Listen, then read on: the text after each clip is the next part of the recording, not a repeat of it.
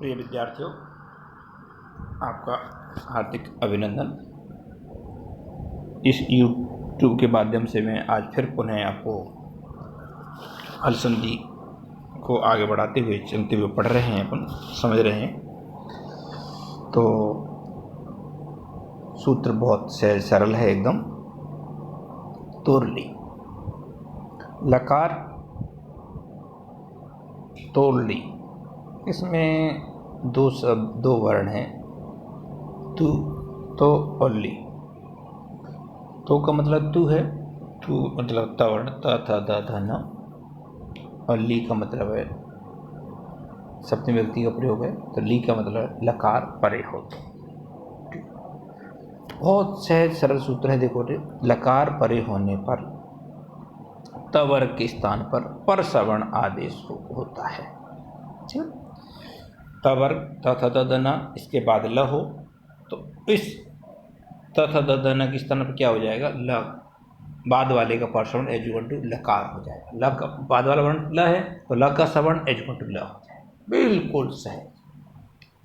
कहीं भी त वर्ग के बाद ल है तो वो भी ल हो जाता है। ठीक है बेटा, ये बेहद सरल सूत्र है। जैसे ये था उदाहरण, तल है, उसमें नाश या उसका नाश। हम संधि विच्छेद करेंगे तद प्लस ले। यहाँ द एज इक्वल टू त वर्ग, उसके बाद ल, तो द को क्या हो जाएगा? ल का सवर्ण एज इक्वल टू ल। सूत्र में यहाँ त वर्ग अर्थात बराबर दकार से परे लकार विद्यमान है, तो तोरली सूत्र से दकार के स्थान पर सवर्ण एज इक्वल टू लकार करने पर तल है, रूप बन गया शब्द। इसके बाद स्वाधिकार करने पर तल है रूप सिद्ध हो जाता है। स्वाधिकार से विसर्ग आ जाते हैं और तल है रूप प्रयोग सिद्ध हो जाता है। ये इसका पहला उदाहरण था। अब एक दूसरा उदाहरण थोड़ा सा अटकर है। विद्वालः लिखती, चंद्रबिंदी लगी हुई है ल के ऊपर, और लिखती, विद्वान लिखता है। संधि विच्छेद करेंगे, विद्वान प्लस लिखती, न त वर्ग है, इसके बाद ल है, तो तोरली सूत्र से नकार को पर सवर्ण एज इक्वल टू लकार आदेश करने पर, किंतु नकार कैसा? अनुनासिक होने से ल भी कैसा होगा? अनुनासिक आदेश होगा। इसलिए विद्वान चंद्रबिंदी आ जाएगी और लिखती, ये प्रयोग सकते हैं। बिल्कुल सहज सरल। अब इसके बाद मैंने यहाँ 3 आपको घर के होमवर्क के हिसाब से दिए हैं, इनको करना अभ्यास के हिसाब से समझो। होमवर्क क्या है? एक अभ्यास के हिसाब से समझो। उल्लेख उद प्लस लेख, संधि विच्छेद तल्लीला तद प्लस लीला, इसका संधि विच्छेद तल्लीला का तल्लीन तद प्लस लीन, संधि विच्छेद। अब इसमें द के बाद दोनों सभी रूपों में द के बाद ल है, तो द को क्या करना है? ल करना है, जैसा कि अपन तल्ले पहला वाला बनाता। ठीक वैसा एक सूत्र लगेगा अपना तोरली, और एक थोड़ा सा नियम है स्वाधिकार जिसे विसर्ग आते हैं वो आता है, जिसमें विसर्ग हों उसमें लगाने, स्वाधिकार सब में लगा देना, और तल्लीला में विसर्ग नहीं होते हैं, क्योंकि विसर्ग की प्रक्रिया चलती है, मतलब रूप सिद्धि चलती है, लेकिन वहाँ पर जो स होता है उसका लोप हो जाता है, विसर्ग तक नहीं पहुँच पाता है, इसलिए तद लीला रूप प्रयोग सिद्ध हो जाता है। ठीक है विद्यार्थियों, अब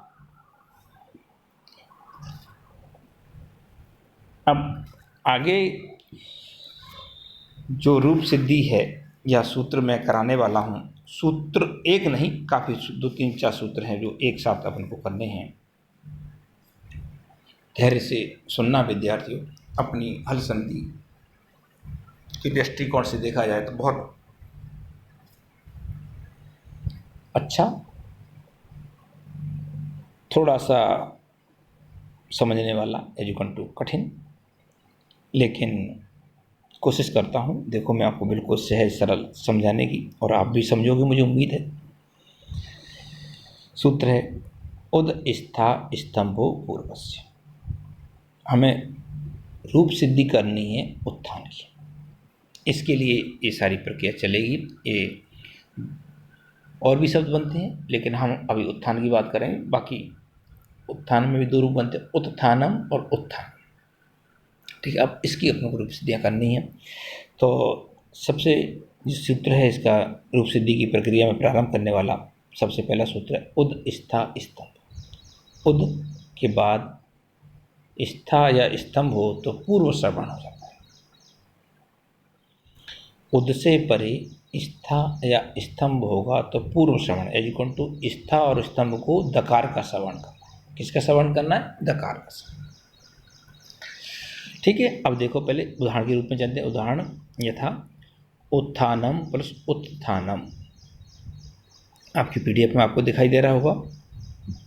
पीडीएफ उतार लेना, उतार लिया हो तो बहुत अच्छा बात है, नहीं उतारा और फिर पढ़ा भी करो। ऐसा नहीं बेटा उतार के बच्चे एक दो चार बार पढ़ो, फिर वीडियो सुनो, फिर पढ़ो, फिर वीडियो सुनो, तो समझो 2-3 बार आ जाएगा। क्योंकि क्लास में हम जब पढ़ाते हैं तब तो सब हमें पता पड़ता है विद्यार्थी समझ रहा है कि नहीं समझ रहा है। अब हमारे सामने आप हो तो नहीं, लेकिन मैं कोशिश करूँगा 2-3 बार पढ़ोगे तो समझ में आएगा। और विद्यार्थी सीरियस पढ़ना, धैर्य के साथ।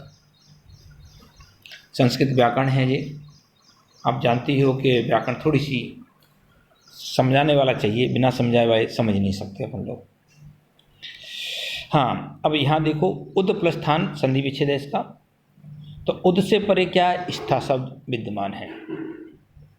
उद के बाद क्या है? स्था, स्थान है तो स्था शब्द विद्यमान है।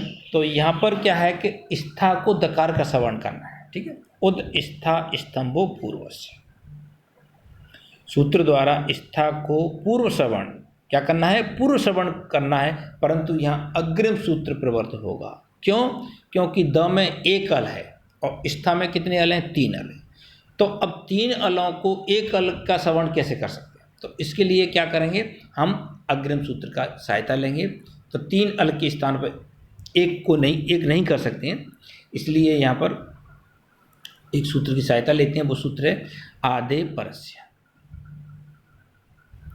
पर के स्थान पर विधान किया हुआ वह कार्य उस पर के आदि वर्ण के स्थान पर समझना चाहिए। अगर हम बाद वाले को कोई आदेश कर रहे हैं, बाद वाले को यहाँ पूर्व श्रवण कर रहे हैं, तो ये पूरे शब्द के स्थान पर ना करेंगे, किसके करना है? केवल आदि वर्ण। तो स में आदि वर्ण क्या है? स्था में आदि वर्ण क्या है? सॉरी, स्था में आदि वर्ण क्या है? स है। तो स को द का श्रवण करना है। अब द और स का अगर आव्यन वो उच्चारण स्थान देखें तो बिल्कुल सेम है, क्योंकि ये दंत हैं। अब लेकिन फिर भी और अधिक निकट लाना है स्थानीय अंतरतम सूत्र की सहायता से। तो यहाँ हम बाह्य प्रयत्नों की सहायता लेते हैं। उस सहायता से थकार के स्थान पर थकार ही सकार का सबसे अधिक तुल्य है। थकार ही सकार का अत्यधिक तुल्य है, इसलिए सूत्र की सहायता से या सूत्र से सकार के स्थान पर थकार पूर्व श्रवण थकार करने पर उद प्लस थतान। स के स्थान पर क्या हो गया? थ। तो 2 थ हो गए भाई, उद प्लस थतान। ठीक है विद्यार्थियों, अब स्थिति अपनी आ गई है उद प्लस थतान। ठीक है, अभी प्रक्रिया खत्म नहीं हुई, लंबी चलेगी थोड़ी बेटे। हाँ, 2-4 सूत्र और लगेंगे, अभी धैर्य रखें, बिल्कुल समझें। हाँ, आगे है सूत्र झरो झरी सवर्णे। ये भी नया सूत्र है आपके लिए। झरो झरी सवर्णे, हल से परे झर। हल से परे क्या हो? हल अपनी तरफ से जोड़ रहे हैं। यहाँ देखो झरो झरी सवर्ण, झर और झर तो समझ में आ रहे हैं। ठीक है, तो यहाँ क्या है कि झरी सवर्ण, झर सवर्ण हो तो सवर्ण झर परे हो तो झर, ये 2 शब्द मिल गए। अब सूत्र की समझने के लिए कुछ और हम सहायता लेनी पड़ती है। लिखो हल से परे झर। हल से परे क्या हो? झर का विकल्प, माने विकल्प से एक बार होगा एक बार नहीं होगा, विकल्प करके लोप हो जाता है यदि सवर्ण झर परे हो तो। ध्यान से सुन लो। हल, हल का मतलब व्यंजन, व्यंजन के बाद क्या हो? झर। ठीक है विद्यार्थियों, झर के बाद सवर्ण झर। तो क्या होगा? प्रथम झर है, झर को क्या हो जाएगा? विकल्प करके लोप हो जाएगा।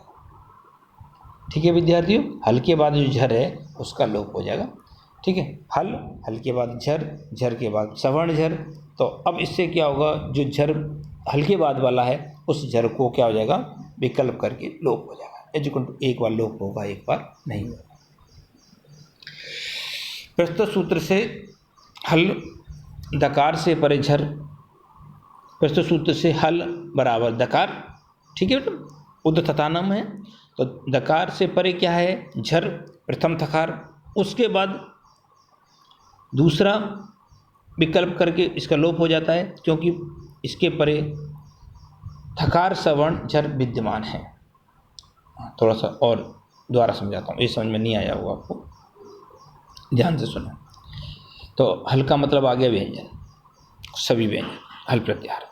अब झर प्रत्याहार में कौन कौन से वर्ण आते हैं, झ से लेकर र तक, ठीक है, वर्ग के चौथे, तीसरे, दूसरे, पहले और तीनों से। अपनी भाषा, थोड़ी साहित्यिक भाषा में बोलूँ तो वर्ग के चौथे, तृतीय, नहीं सॉरी, वर्ग के चतुर्थ, तृतीय, द्वितीय, प्रथम और तीनों सा, ठीक है। तीनों सा मैंने इसलिए बोल दिया, स ऐसे जो समझ पाओ आप, आज सरल भाषा में वो समझाने की कोशिश कर पाऊँ। उसके बाद क्या हो, सवर्ण झर, एजुकन टू झर हो, लेकिन उसके बाद भी सामने वाला भी झर ही होना चाहिए, वो भी कैसा, सवर्ण झर। तो जो झर है ना, उसका क्या हो जाएगा, विकल्प करके लोप हो जाता है। यहाँ द है जो हल है अपना, इसके बाद दो थ है, तो पहला थ झरारा वर्ग का दूसरा वर्ण है, उसके बाद दूसरा थ है, तो दूसरा थ भी सवर्ण झर हो गया। तो हल के बाद झर, झर के बाद सवर्ण झर हो गया, तो जो प्रथम थ है इसका विकल्प करके क्या हो जाएगा, लोप हो जाएगा। तो लोप पक्ष में क्या बनेगा, एक बार लोप होगा, एक बार नहीं होगा। लोप पक्ष में क्या बनेगा, उद प्लस स्थान, उद प्लस स्थान पहला वाले रूप में, दूसरे में लोप अभाव पक्ष में बनेगा उद प्लस स्थान। यहाँ कोई चेंज नहीं होगा, ठीक वैसा का वैसा हमने नीचे उचाल लिया है, क्योंकि यहाँ प्रथम था का लोप नहीं हुआ। यहाँ तक समझ में आ रहा है, आ रहा होगा, समझ रहा हूँ, उम्मीद कोशिश करते हैं। अब आगे देखो, प्रक्रिया बहुत लंबी है इसकी और चलेगी धीरे धीरे, समझो। दूसरा सूत्र है, आगे वाला सूत्र है इसका खरीच है, बहुत महत्वपूर्ण सूत्र है। खरी, खर प्रत्याहार पर ही हो, बाकी चीजें आगे पहले वाले सूत्रों से लेनी पड़ती है। खर प्रत्याहार पर होने पर झलों के स्थान पर चर हो जाता है। देखो सबसे पहले खर प्रत्याहार, खर प्रत्याहार का मतलब है वर्ग का द्वितीय, दूसरा, पहला और तीनों सा, द्वितीय, प्रथम और तीनों सा, खर प्रत्याहार ए परे हो। इससे पहले क्या हो, झलो, झल का मतलब है वर्ग के चौथे, तीसरे, दूसरे, पहले और ऊष्म वर्ण, इनके स्थान पर, झल के स्थान पर चर होगा। चर का मतलब वर्ग के पहले और तीनों सा। तो हम मोटी मोटी भाषा में कह सकें कि वर्ग के प्रथम वर्ण आदेश हो जाते हैं, क्योंकि सब तो तीनों सब वहाँ भी हैं तो यहाँ भी हैं, उनको बिल्कुल ठीक से मान कर देते हैं, तो उसको बंदा को चेंज होने वाला नहीं है। लेकिन यहाँ क्या है कि वर्ग के चौथे, तीसरे, दूसरे और प्रथम वर्णों के स्थान पर क्या करना है, अपन को प्रथम वर्ण करना है। कौन से सूत्र से, खरीज, बहुत महत्वपूर्ण सूत्र है। यहाँ स्थानांतरतम सूत्र की सहायता लेते हैं, सहायता से जिस झल का जिस चर के साथ स्थान तुल्य होता है, साम्य होता है, वही उसी के स्थान पर आदेश होता है। एजगंड वही आदेश चर होगा जिसका उच्चारण स्थान समान होगा। फिर एक तालिका बना के दी, मैंने पूरा चार्ट बनाया है, ध्यान से सुन रहे होंगे विद्यार्थी आप लोग। चार्ट में देखो, झल प्रत्याहार में क ख ग घ लिखे हैं, इनका उच्चारण स्थान कंठ है, तो इसके स्थान पर अपने वर्ग का पहला एजगुंड क हो जाएगा। फिर च छ ज झ झ तालु उच्चारण स्थान है, इसको च हो जाएगा अपने वर्ग का पहला। फिर ट वर्ग है, ट ठ ड ढ, पूरा नहीं आ रहा है तो अब एक पंचम वर्ण नहीं आता इसमें, मूर्धा है, तो मूर्धा में ट है तो पहला वर्ण ट हो जाएगा। त थ द ध न, त थ द ध दंत है, इनका उच्चारण स्थान, तो इसके स्थान पर त हो जाएगा। मैंने कहने मतलब अपने वर्ग का पहला वर्ण करना है। इसी प्रकार प फ व भ, इनका उच्चारण स्थान ओष्ठ है, तो इसको प हो जाएगा। और तीनों स है, श श स श के स्थान पूर्णतः तुल्य, ठीक वैसे की वैसी रहती हैं, सब को सब तीनों वैसे ही रहती हैं, इसलिए कोई बात नहीं है। अब इस सूत्र का मैंने थोड़ा भाव भी लिखा है, आप लोगों को नोट्स मैंने दिए हैं, जो पीडीएफ भेजा बहुत क्लियर लिखे हैं, उसमें कहीं कोई दिक्कत आने वाली नहीं, सब चीज़ को बड़ी व्यवस्थित में लिखा है, समझाया है। अगर धैर्य से पढ़ेंगे तो समझ में सब आएगा, फिर सुनेंगे भी, मैं बोल भी तो रहा हूँ ना। वर्गों के दूसरे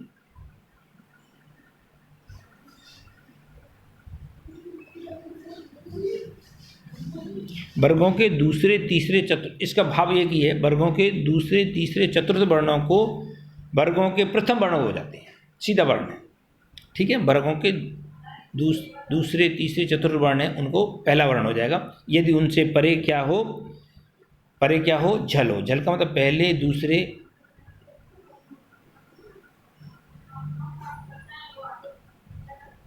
तीसरे और चतुर्थ हैं और तीनों स हो तो और ऊष्म वर्ण हो तो प्रस्तुत सूत्र तो दोनों में, प्रस्तुत सूत्र से दोनों पक्षों में उद के दकार को चर मानकर, उद के दकार को चर आदेश करने पर, उद के दकार को चर आदेश करने में, देखो स्थानीय अंतरतम सूत्र की सहायता से दकार को चर आदेश, लोप पक्ष में उद के बाद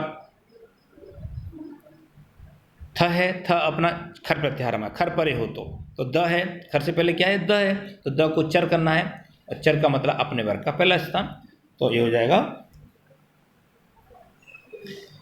उत्थानम, और जहाँ लोप नहीं हुआ वहाँ बनेगा उत्थानम।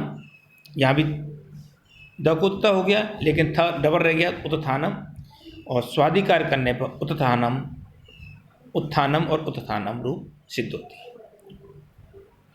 देखो विद्यार्थी, थोड़ा सा दोबारा मैं समझाना चाह रहा हूँ मामूली चीज़ को, कि देखो अपने लोप पक्ष में क्या रह गया था, उद प्लस थान, यहाँ तक क्लियर। दूसरा एक ग्रुप और लोप के वापस उद प्लस थान, द के बाद था है, द अपना झल प्रत्याहार मारा है, बरकत तृतीय वर्ण है। उसके बाद था है जो कि खर प्रत्याहार मारा है, क्योंकि वो खर प्रत्याहार मारा है, क्योंकि वो वर्ग का दूसरी वर्ण है। तो जो द है, द को अपने वर्ग का पहला एजुकंटूता कर दिया है बस, और कुछ नहीं किया है, ठीक है। तो बन गया उत्थान और उत्थानम, और स्वाधिकार लाने से यहाँ वहाँ हो जाएगा, बन जाएगा स्वाधिकार उत्थानम, उत्थानम उत्थानम, योग सिद्ध है विद्यार्थियों। उम्मीद करता हूँ आपको समझ में जरूर आया। बहुत बहुत धन्यवाद, और कई बार पढ़ना बेटा है ना, ठीक है, तब समझ में आ पाएगा। धन्यवाद, बहुत बहुत धन्यवाद।